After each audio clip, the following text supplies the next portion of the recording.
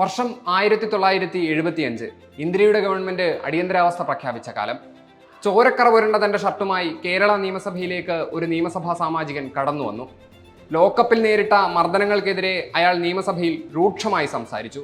പേര് പിണറായി വിജയൻ.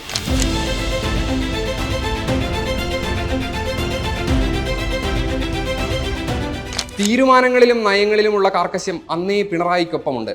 1944 മാറോളിക്കോരന്റെയും ആലക്കാട്ട് കല്യാണിയുടെയും മകനായി ജനിച്ച പിണറായി വിജയൻ സമരതീക്ഷ്ണമായ വഴികളും തന്നിൽ നിക്ഷിപ്തമായ സംഘടനാ ചുമതലകളും നിർവഹിച്ചാണ് 2016 കേരളത്തിന്റെ മുഖ്യമന്ത്രി പദത്തിലെത്തുന്നത്. KSF എന്ന വിദ്യാർത്ഥി പ്രസ്ഥാനത്തിലൂടെയാണ് പിണറായിയുടെ രാഷ്ട്രീയ ജീവിതത്തിന്റെ ആരംഭം. 1964 CPIM അംഗത്വം. പാർട്ടിയുടെ നിലപാടുകളും നയങ്ങളുമാണ് അന്നു മുതൽ പിണറായിയുടെ ശരികൾ. 1998 മന്ത്രിസ്ഥാനം രാജിവെച്ച് പാർട്ടി സംസ്ഥാന സെക്രട്ടറി ചുമതല ഏറ്റെടുക്കാൻ പിണറായിയോട് പറഞ്ഞത് പാർട്ടിയാണ്. പിന്നീട് നീണ്ടകാലം വിഭാഗീയതകളെ അതിജീവിച്ച് പാർട്ടിയെ മുന്നോട്ട് നയിക്കുക എന്നതായിരുന്നു പിണറായിയുടെ ദൗത്യം. പാർട്ടിക്കപ്പുറം വ്യക്തികളില്ല എന്നതാണ് പാർട്ടിയെപ്പോലെ തന്നെ പിണറായിയുടെയും എക്കാലത്തെയും നിലപാട്.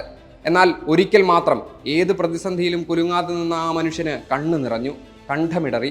2022 ഒക്ടോബർ 1 തന്റെ പ്രിയ സഖാവ് കോടിയേരി ബാലകൃഷ്ണൻ വിട പറഞ്ഞപ്പോൾ മാത്രം.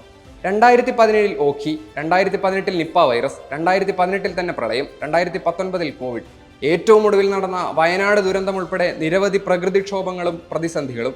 ഇതിനെയൊക്കെ അതിജീവിക്കുക എന്നതായിരുന്നു പിണറായി വിജയൻ എന്ന മുഖ്യമന്ത്രിയുടെ ദൗത്യം. സ്റ്റേറ്റ്സ്മാൻഷിപ്പിന് ഉദാഹരണമായി മാറുക എന്ന ദൗത്യം പിണറായി കൃത്യമായി നിർവഹിച്ചു. 10ാം വർഷത്തിലേക്കാണ് പിണറായി നയിക്കുന്ന ഇടതു സർക്കാർ നീങ്ങുന്നത്. വീണ്ടും ഒരു ഇടതു സർക്കാർ അധികാരത്തിൽ വന്നാൽ ആര് മുഖ്യമന്ത്രിയാകുമെന്ന ചോദ്യത്തിന് നയിക്കാൻ പിണറായി തന്നെ എന്നാകും ഭൂരിഭാഗം പാർട്ടി അണികളും അനുഭാവികളും മറുപടി പറയുക. 80 വയസ്സ് പിന്നിടുന്ന കേരളത്തിന്റെ അനിഷേധ്യനായ മുഖ്യമന്ത്രിക്ക് സഖാവ് പിണറായി വിജയന് പിറന്നാൾ ആശംസകൾ.